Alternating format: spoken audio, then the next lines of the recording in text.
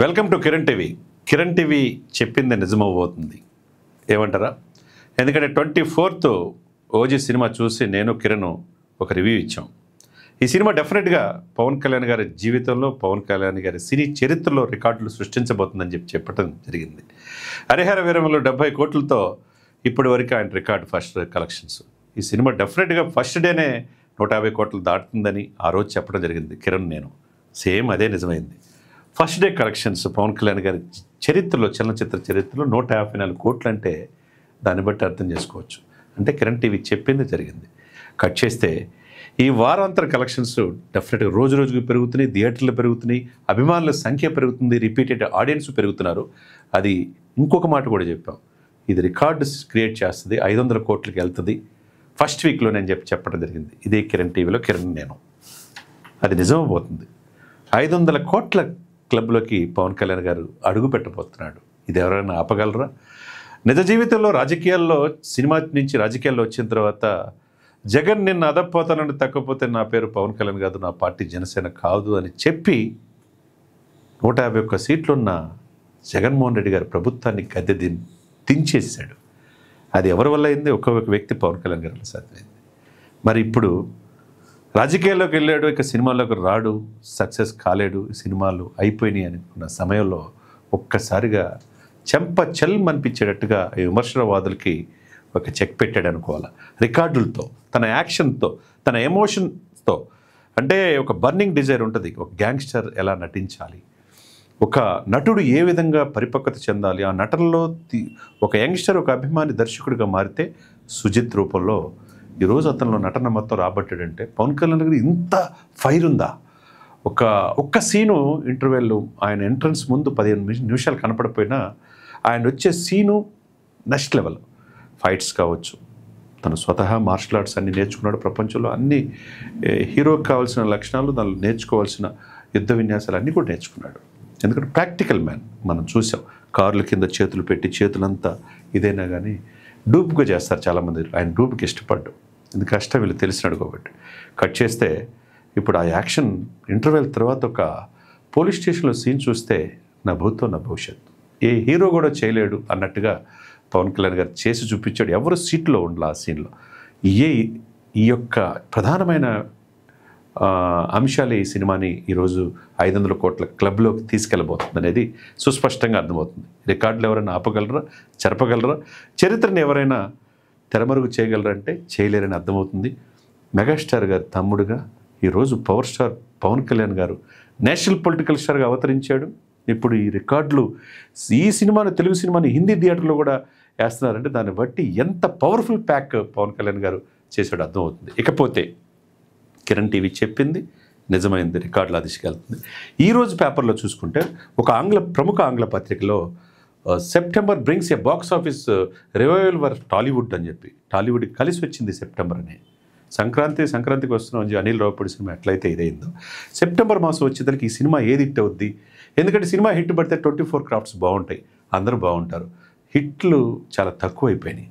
మరి అటువంటి సమయంలో మిరాయి ద్వారా మనం చూసాం ఆ సినిమా. తర్వాత ఇప్పుడు కట్ చేస్తే పవన్ కళ్యాణ్ ఎంటర్ అయిన తర్వాత రికార్డులు మొత్తం కంప్లీట్ ఓజీ చుట్టే తిరిగాయి.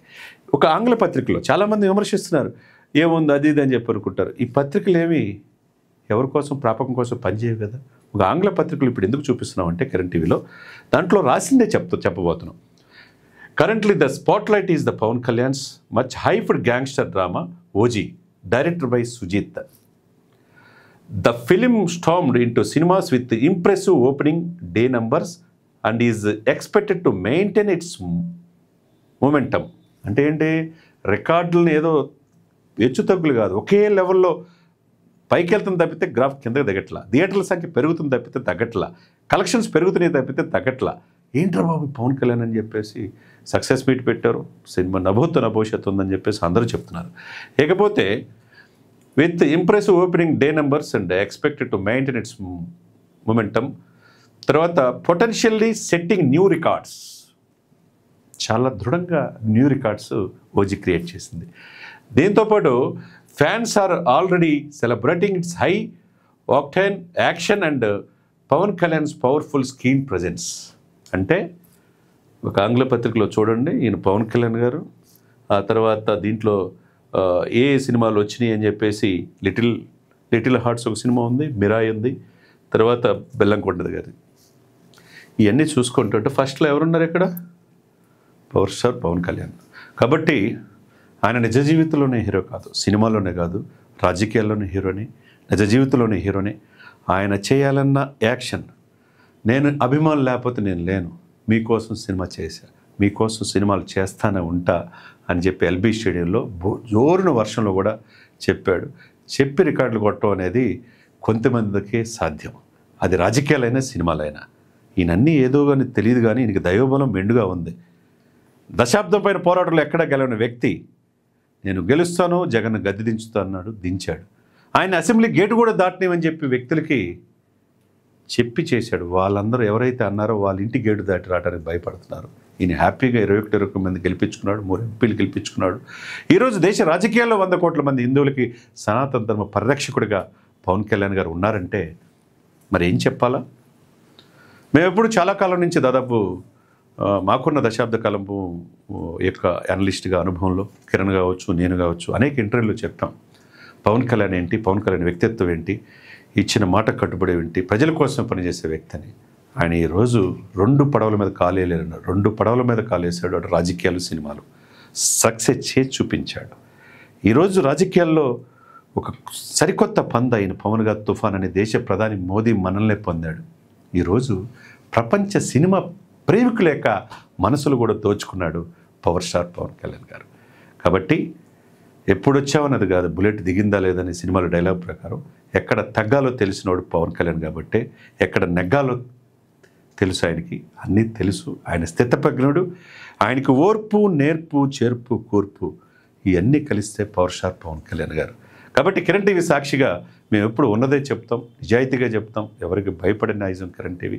పవర్ స్టార్ యొక్క వ్యక్తిత్వాన్ని మొదటి నుంచి కూడా మేము కీన్ అబ్జర్వేషన్ చేసి అటు కిరణ్ అయినా నేనైనా కిరణ్ టీవీ సాక్షిగా ప్రేక్షకులు అందించాలనే ఉద్దేశంతో ఈరోజు ఈ టాపిక్ తీసుకోవడం జరిగింది.